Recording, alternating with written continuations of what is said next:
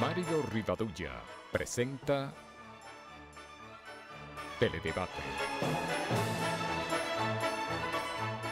con Ramón Reyes, Alex Jiménez y Dilenia Cruz. Teledebate, objetivo y veraz, siempre fiel a la verdad. Bienvenidos amigas, amigos televidentes a una nueva entrega de Teledebate hoy viernes, ya finalizando la semana laboral. Como siempre con Ramón Reyes y quien les habla, pues vamos a estar con ustedes por la próxima hora compartiendo temas de interés general y una muy importante entrevista que vamos a presentar en el próximo segmento. La reflexión de hoy dice así: cada vez que se salva una vida, se salva a toda la humanidad. Esto es un antiguo proverbio chino. Los pasos de la historia nos recuerdan que en el año 1546, mediante cédula real, Montecristi fue elevada a la categoría de ciudad. En 1842 nació en Hungría Joseph Pulitzer, quien llegaría a ser destacado magnate de la prensa estadounidense, donde mantuvo una fuerte competencia contra el también magnate William Randolph Hearst. Entre sus varios periódicos figuró el New York World, que adquirió fama por sus campañas contra la corrupción y su aguda opinión editorial.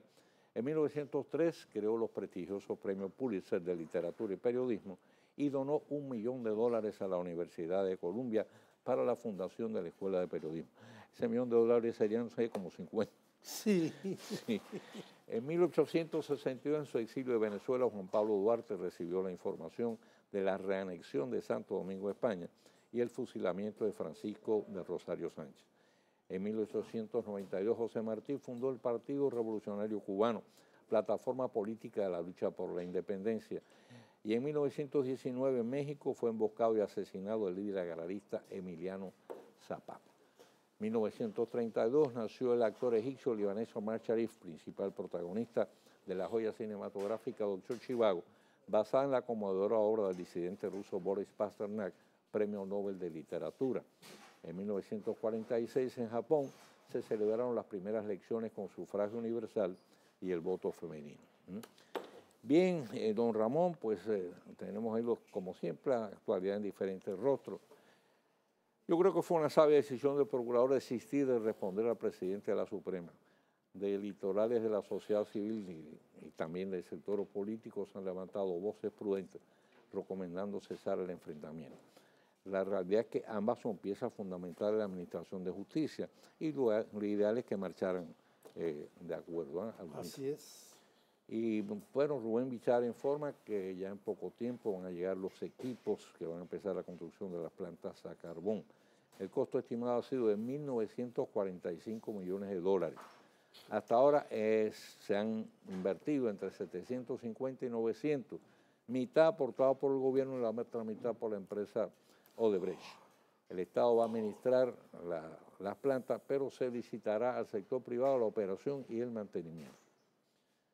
Y bueno, el maestro de periodismo Rafael Ruñez Gracia, pongan mucha atención los periodistas, estamos hablando de un gran maestro del periodismo dominicano, expresa crítica contra el actual ejercicio del periodismo a base de fuentes y no de comprobación. Sí, estamos de acuerdo. El periodista tiene que bajar al terreno, Sí, no pretender manejar la noticia a base de un teléfono y la internet detrás de un escritorio. Así es. Y de nota de prensa que le quitan y lo dejan el destinatario y a veces le ponen la firma del redactor que la recibió. Exacto. Y entonces, bueno, se menciona hay varios casos notorios de publicaciones muy populares que han tenido que pedir excusa por informaciones no comprobadas. Y esta es una buena noticia: unos 6.000 niños en orfelinatos e instituciones benéficas sin fines de lucro van a recibir la cobertura de salud de SENASA. Es correcto. Y recientemente las trabajadoras domésticas también fueron incorporadas. Pero está pendiente de solucionar por el Consejo Nacional de la Seguridad Social el caso de los trabajadores que al llegar a la edad de retiro pierden el seguro de salud, que es precisamente cuando más lo necesitan. Claro, y lo de la doméstica. Además, a esa edad es muy difícil que le den un seguro privado, claro, aparte que le cuesta muchísimo. Claro, y lo de la doméstica se anunció, pero no han señalado a Juana Pérez como la primera doméstica incluida en la seguridad social. Exacto. Se está haciendo las normas de cómo van a ser incluidas. Fíjense, eso que está ocurriendo o que va a ocurrir con los trabajadores cuando lleguen a la edad de retiro, está totalmente contrario a lo que es la finalidad y la esencia de la seguridad social. Pero que la ley tampoco es dispone de eso. Eso es un invento. Exacto. Un invento maligno. Sí, malvado. Sí. Bueno. De las autoridades del Consejo Nacional. Señores, yo no sé si ustedes leyeron en la prensa el historial de este asesino. Mire, un individuo llamado Nicolás Garamonte asesinó de un disparo de escopeta en el cuello a su ex compañera, quien se negó a volver a tener relaciones con él. Y esa señora tenía en brazos una hija menor. Cuando vio al niño, la tiró al piso y gracias a eso le salvó la vida. Este tipo hirió a la abuela y a un hermano de la Oxy, se llamaba Miledis Abad. Luego del hecho llamó por teléfono para comprobar si la había matado. Y al no escuchar llanto de nadie, amenazó con volver para matar al hijo mayor, al abuelo y a la madre del Oxis. Deja 6 hijos en orfandad, 5 con el matador. Todas estas son señales de peligro que envió el hombre. Una vez abrió un tanque de gas, oigan esto, en la casa con toda la familia adentro para que explotara. Intentó ahorcarse y los vecinos lo impidieron. En otra ocasión amenazó con matar a los niños. Lo tuvieron preso y cuando salió llamaba para amenazar con darle muerte. Yo me pregunto, señor, ¿esto podía y debía este elemento gozar de libertad? No. No era y es una permanente bomba de tiempo porque todavía está fugitivo. Sí. No sé. Y hay que someterlo a tratamiento psiquiátrico porque ese muchacho es un demente. Bueno, yo no sé, a veces con el tratamiento psiquiátrico hay casos que son irremediables. Bueno, ya tú sabes, cuando son irremediables, y que cada uno le da una pena y se ahorca a uno mismo. Bueno, es difícil. Sale una declaración de Viva Manera diciendo que Hipólito va a ser su asesor. Yo me pregunto cómo lo va a tomar Hipólito, sí, su equipo. Señores, hay un caso extrañísimo, y usted lo vieron, tú lo viste, Ramón, la fotografía inclusive. Yo no sé, llevaron a esa señora al domicilio de la familia. Sí, la momia que encontraron 15 años después de muerta. Es una momificada después de 16 años de haber sido enterrada en el cementerio de Baitoa. Y hay un zacateca que sacó el cuerpo de la tumba, está preso. Me pregunto qué estaba pensando, que podía dejar a la pobre mujer ahí. Ahora, se llevaron a esa mujer para la casa de la familia y ella aparece en la fotografía. Eso está contra las normas sanitarias. Claro. Me recuerda una película cubana, si tú la viste, La muerte de un burócrata, que fue la misma historia, se llevaron el cadáver, lo volvieron a enterrar. Una de las primeras películas cubanas que se hicieron. Exacto. Aquí hasta gratis la vi yo. De crítica. Sí, de crítica. Crítica contra la burocracia. Y mire, señores, en Ortega, a mí me parece esto un presente muy, muy peligroso. Miren, en Ortega, en Moca, ahí la gente hicieron unas turbas y entraron en las casas donde vivían decenas de haitianos, los desalojaron violentamente de las viviendas, les destrozaron los ajuares. Y eso fue una reacción de la comunidad indignada ante el asesinato de un joven, Carlos José Núñez, cometido al parecer por 2 haitianos ilegales, que yo creo que ya están presos. Entonces este tipo de acciones no proceden. Por uno no pueden pagar todo. En un caso así se investiga, se identifica, se trata de apresar a los culpables, como ha ocurrido ahora y se le lleva a la justicia. Pero esto no puede convertirse, señor, en una réplica al salvaje oeste, de que la gente se siga, al querer tomar justicia por su mano, incurre en los más graves desmanes. Eso es una acción totalmente incivilizada. Cuando la justicia no actúa adecuadamente, entonces la gente se toma la justicia. Pero no, ese tipo de ninguna manera está justificado. No, fíjate, tú no lo puedes justificar. Ya los apresaron a los dos responsables. Pero como si 2 haitianos supuestamente matan a un joven, tú vas entonces con 300. Hay uno de los haitianos que estaba ahí que dijo, mire, es verdad que aquí vienen con haitianos que son delincuentes, nosotros mismos hemos sido víctimas de ellos, pero no hay ninguna razón para que nos persigan a todos. Estoy de acuerdo plenamente con ellos y ojalá estos 2 que están presos no pase como los que les robaron al ex embajador Frixinea, que lo soltaron. Y es una cosa increíble. Eso sí no tiene. Yo no sé qué pasa, porque eso lo iban a apelar. Sí, creo que lo volvieron a apresar. Bien, vamos a hacer la pausa y cuando regresemos ya vamos a estar conversando en Teledebate con nuestro huésped de hoy.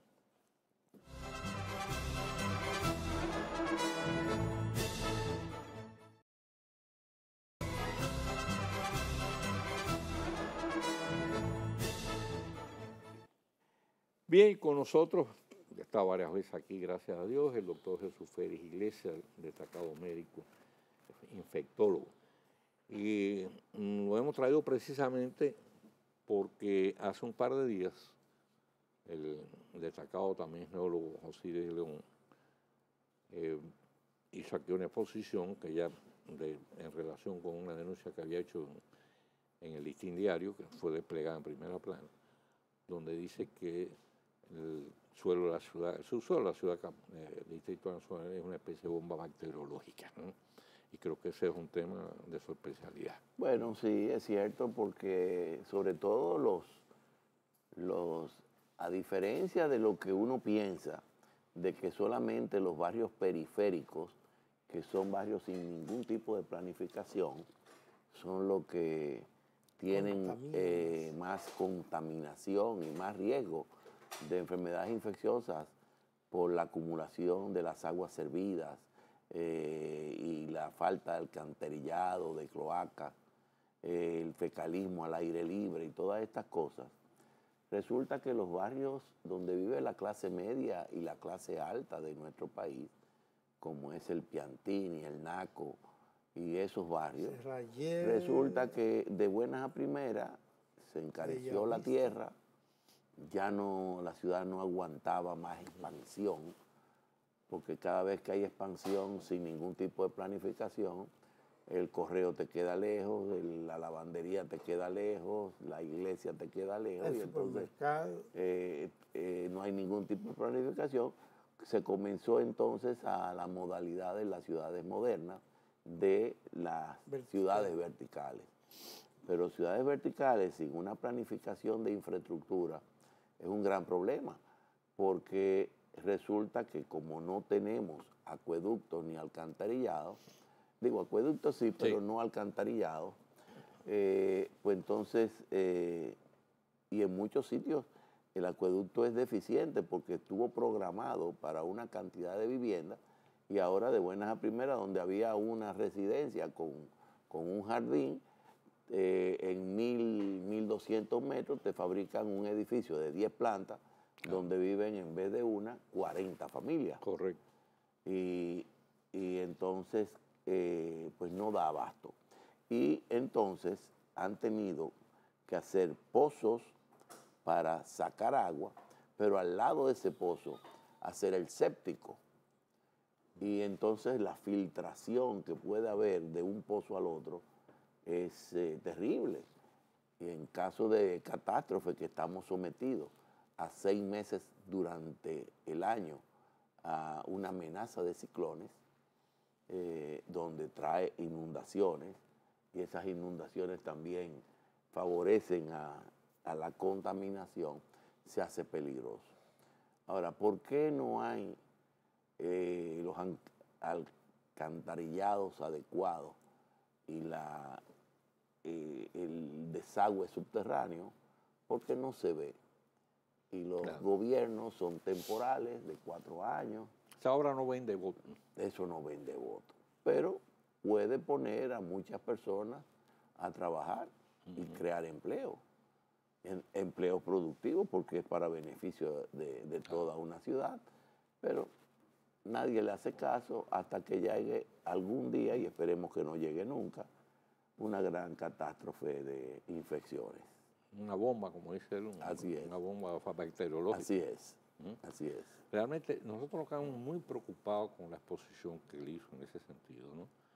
Porque dice, bueno, las autoridades están reconociendo que es así, el colegio médico también, pero no se acaban de, en este caso, poner de acuerdo para convertir toda esa preocupación y toda esa asimilación del hecho en una solución de carácter concreto. Pero eso sucede también con los basureros al aire libre, donde no hay ni siquiera un camino asfaltado para los camiones y poder depositar aún a cielo abierto, que los camiones transiten adecuadamente.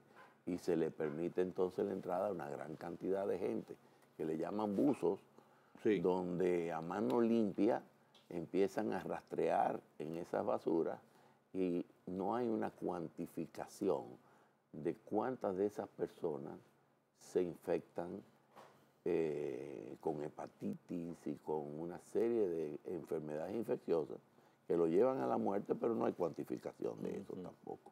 Y además, una cantidad de materiales tóxicos por la eliminación de tóxicos de baterías, de cadmio y de muchas otras cosas más que pudieran provocar enfermedades respiratorias, pero tampoco hay estadística. Y cuando no hay estadística ni seguimiento a ese grupo poblacional, pues no pasa nada.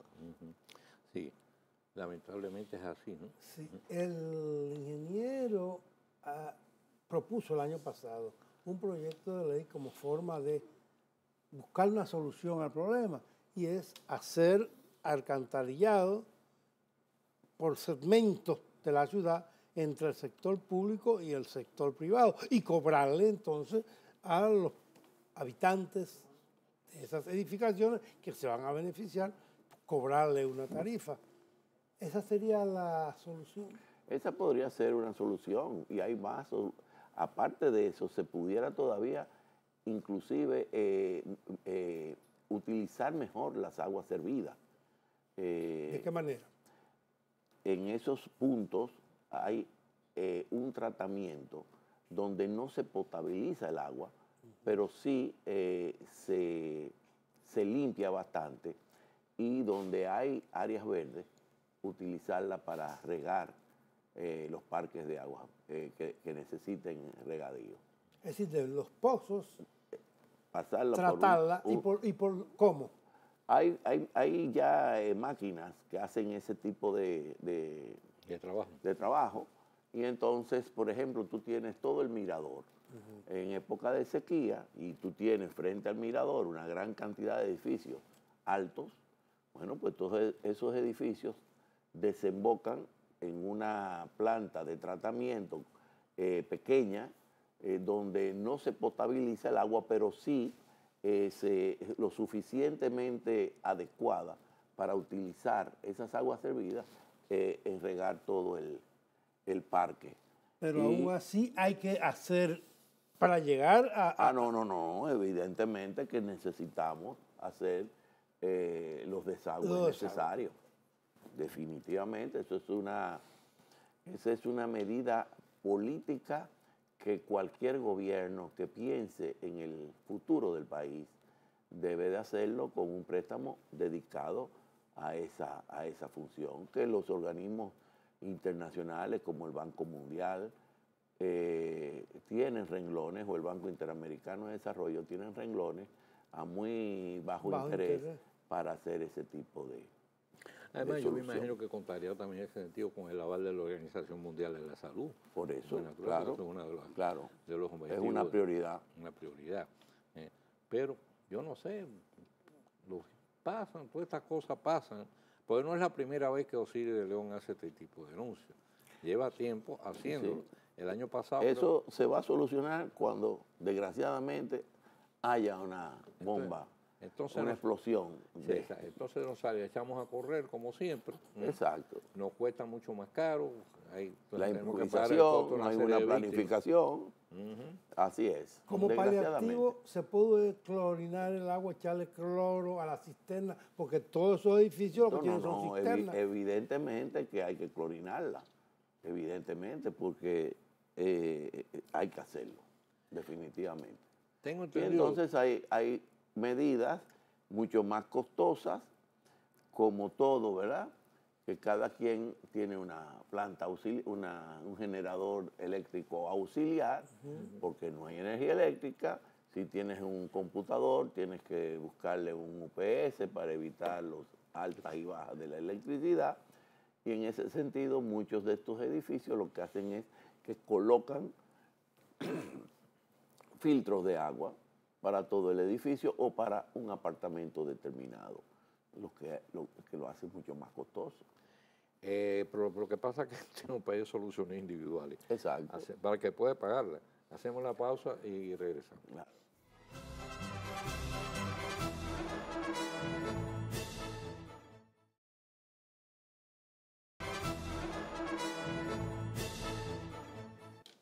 Doctor, un tema que creo que el otro día yo pensé que estaba totalmente erradicado, controlado, pero el otro día leí la información que había ya como 200 y pico casos registrados de cólera. Sí, han habido varios brotes de cólera en el país después de la gran epidemia de cólera. Y eso se esperaba que fuera así, ¿Por qué? dependiendo de la experiencia anterior. En el 91, cuando la epidemia de cólera, que afectó a todos los países de América Latina, pero dejó intacto el Caribe insular, es decir, todas las islas del Caribe, ninguna tuvo casos de cólera en aquella ocasión. Pero la experiencia de en esa ocasión fue que habían brotes de cólera que fueron disminuyendo con el tiempo, pero tuvieron durante 10 años esos brotes. Entonces, en esta ocasión, el cólera entró por el Caribe insular, Haití, República Dominicana, Cuba, y de Cuba pasó a México. Cuando pasó a México, hubo una alarma por la Organización Panamericana de la Salud que motivó una reunión de todos los países centroamericanos en Panamá.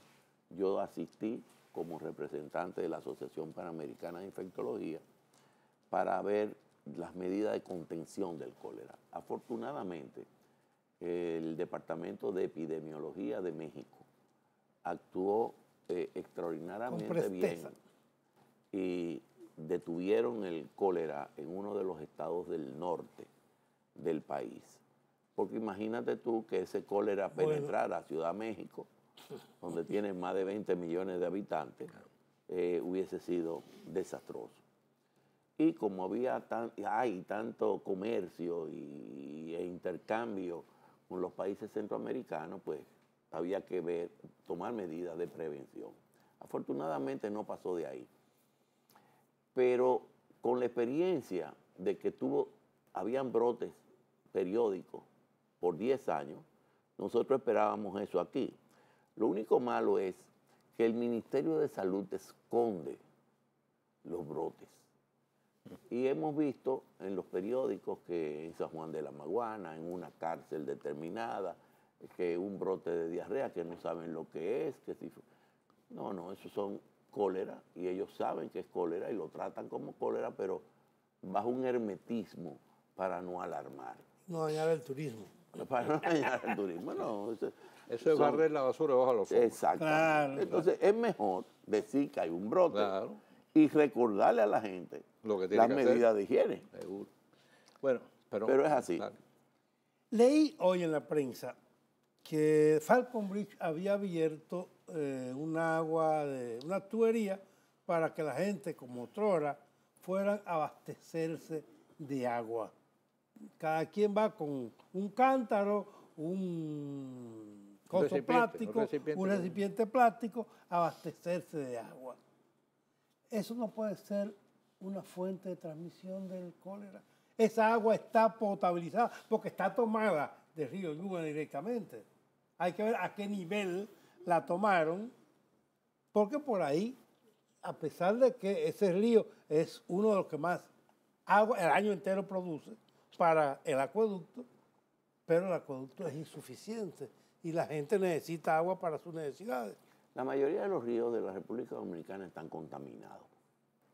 Vamos a partir de ahí. Los grandes ríos, Osama, Iguamo, Soco, el de la Romana, el río Romana, todos estos ríos están contaminados. Y para descontaminar esos ríos hay que invertir una gran cantidad de dinero. Precisamente hoy también hay una noticia en el periódico de que se va a tomar un préstamo para descontaminar el río. 1.500 Yo lo millones. que por leído y por la experiencia vivida en las ciudades de Europa, sobre todo, y de Estados Unidos, la descontaminación de ríos requiere la movilización de las ciudades o de las viviendas y de las industrias que dan a los ríos. Si no, sigue después otra vez. Si no, sigue todo hacia los ríos. Es decir, tiene que haber un control en eso. Y lo ideal es, por ejemplo, el Sena en París, es hacerle una avenida a todo alrededor del río. No hay vivienda, no hay industria y por lo tanto no hay contaminación. Y luego todas las embarcaciones que navegan por ahí tienen que tener un control de evitar tirar desechos al río y que tanto los sanitarios como todos los combustibles tienen que tener un control para evitar la contaminación. Pero vamos a ver.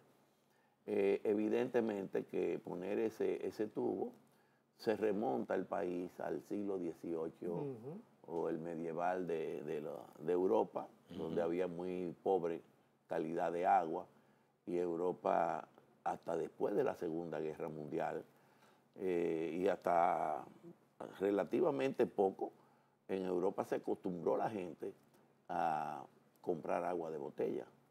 Y de ahí todas estas fuentes de Vichy, de Avian y Perrier y una serie de agua, tanto solares en España, muchísimas aguas. La gente se acostumbró a beber agua de botella porque el agua era muy mala. Pero Europa, después de la Segunda Guerra Mundial, lo que es Europa hoy, es un cambio extraordinario lo que ha dado, y ya la gente puede tomar el agua que viene por tubería. Yo tomé en España agua de la montaña. Exacto. Curiosísimo, en invierno viene templada el agua y en verano sale se la toma fría. Exacto. Y entonces aquí evidentemente que lo que debieron hacer la Falcon Bridge es tratar de ayudar al gobierno a hacer un acueducto, pero no una toma de agua.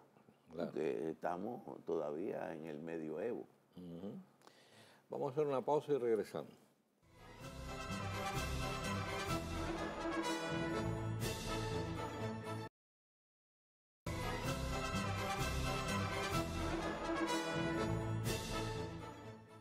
Doctor, nos quedan unos pocos minutos, lamentablemente, porque hablar con usted siempre es una Biblia.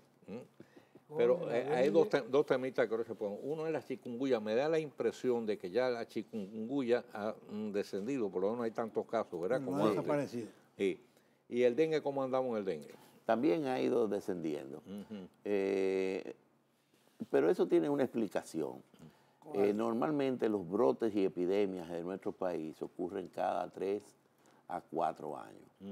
¿Por qué? Porque en el caso específico de la chikungunya, fue tantas las personas que estuvieron afectadas que yo hice un cálculo de acuerdo a las declaraciones de una oficial del Ministerio de Salud que mencionó que había alrededor de un 50%, ellos tenían, de licencias de ausencia laboral y de escolar por la chikungunya.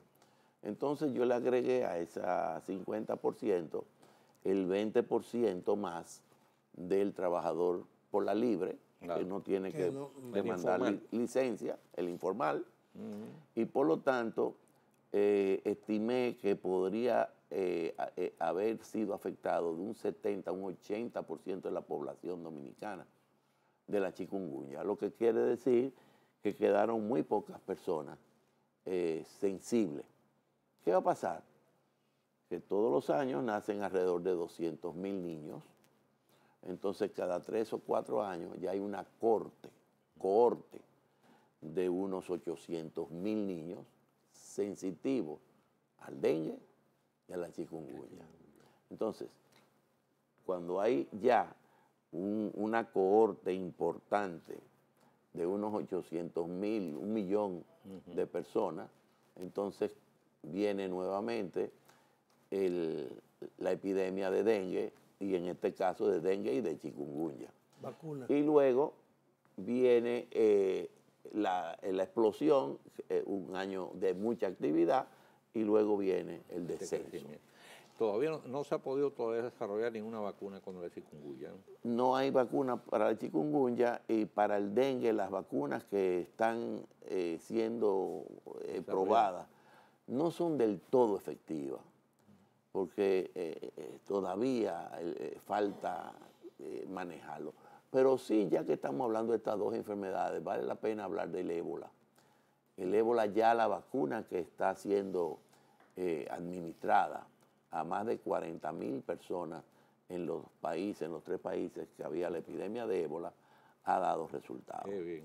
Y qué bueno, esta noticia porque ya va a ser una enfermedad prevenible por vacuna en los países donde el ébola era endémico. Porque el ébola prácticamente sí era una condena a muerte. Exactamente.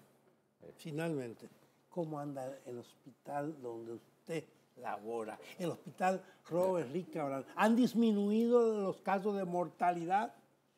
Mira, el hospital sigue igual en el sentido de que los hospitales públicos no pueden seguir siendo manejados con un presupuesto a la oferta y no a la demanda. No pueden seguir siendo hospitales de beneficencia. La salud, por la Constitución y por las leyes, es un derecho. Y como derecho hay que ofrecer una buena salud y alguien tiene que pagar por esa salud. Los pobres no pueden pagar directamente, pero sus seguros deben pagar por él o por ellos. Y es una responsabilidad del Estado que en los hospitales públicos deben de incluirlo en la seguridad social, en el componente subsidiado, para que alguien pague por ellos y que el hospital pueda mantenerse. De lo contrario, siempre van a haber precariedades. Pero no se acaba de habilitar todavía el hospital para que pueda facturar a la seguridad social. No, es que ha habido un atraso yo digo de 4 años. Pero porque es inexplicable. Inexplicable. ¿Falta de voluntad política? Falta de voluntad política. Como tantas cosas aquí que son inexplicables. Porque el ministro Calventi es mucho más joven y ya está facturando. Está facturando, pero resulta que el que llega sin seguro, la obligación de ese hospital es darle atención. Claro que sí. Pero no, ¿quién se la paga? La Seguridad Social no se la paga. Doctor, muchísimas gracias, doctor, por haber estado con nosotros. Esperamos verlo por aquí pronto de nuevo. Como no, cada vez que me inviten. Queridos amigos, hacemos una pausa y cuando regresemos volvemos con el tiro rápido de ahí.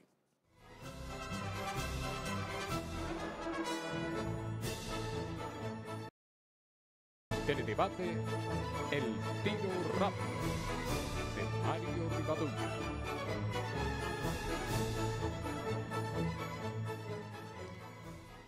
La CEPAL acaba de reiterar sus estimaciones sobre el crecimiento de la economía dominicana para el presente año, que cifra en un 5%. Es también la que pronosticó el gobernador del Banco Central a comienzo del mismo, si bien con posibilidades de llegar al 5.5%. En todo tiempo y bajo cualquier circunstancia constituye un pronóstico alentador, pero lo es mucho más cuando se contrasta con el penoso cuadro que presenta varias de las principales economías latinoamericanas y los muy pesimistas estimados de futuro que sobre los mismos ofrece el propio organismo internacional. Veamos, el caso más insólito es el de Venezuela. Durante los 14 años consecutivos que el chavismo lleva en el poder, ha obtenido ingresos por más de $1 billón. No obstante, la propia CEPAL señala que la pobreza entra en reversa, afectando a más de un 40% de la población. La inflación de un 64% es la más elevada del mundo. Por meses, el agudo desabastecimiento de productos de consumo no ha encontrado solución. La deuda externa aumenta de día en día y el valor de cambio del bolívar anda a ras del suelo. Y a todo ello hay que sumar la grave crisis interna política y social, para hacer frente a la cual el gobierno no ha encontrado otra fórmula que acosar y apresar a quienes la adversan. En Brasil la economía está tocando fondo, haciendo que millones de personas que habían salido de la pobreza bajo el gobierno de Lula hayan vuelto a ese mismo estatus, lo que sumado a las graves denuncias de corrupción en el gobierno, Petrobras y el propio Partido de los Trabajadores, ha minado seriamente la popularidad de Dilma Rousseff. El cuadro chileno no es más halagüeño. Para su economía se prevé este año un decrecimiento de 1.5%. Ha habido también, si bien en mucha menor cuantía, alguna que otra denuncia de corrupción, una de las cuales salpica a la mandataria al involucrar a un hijo suyo. En Argentina, después de haber fracasado Cristina Kirchner en su intentona de reformar la Constitución para poder presentarse a un nuevo mandato, su partido corre serio riesgo de ser desplazado del poder en las venideras elecciones, a lo que sin dudas debe contribuir la extraña muerte del fiscal Alberto Nieman, que muchos estiman un asesinato con categoría de crimen de Estado. Y en Bolivia, Evo Morales acaba de recibir un rudo golpe político por parte del electorado indígena, con la pérdida de las 3 principales alcaldías y 2 gobernaciones, incluso en La Paz, capital y sede del gobierno. Aunque dicen que el mal de otros es consuelo de tontos, quizás repasando la situación por la que atraviesan estos países, podamos llegar a la conclusión de que a pesar de todo y después de todo, nuestras condiciones de vida no son tan negativas como tan a menudo nos empeñamos en creer y lamentar. El próximo lunes volveremos a estar con ustedes con una nueva entrega de Teledebate. Como siempre, nuestros mejores deseos y mayores bendiciones para todas las amigas y amigos televidentes, que tengan todos un excelente fin de semana y no se muevan, que por ahí viene el programa Contacto.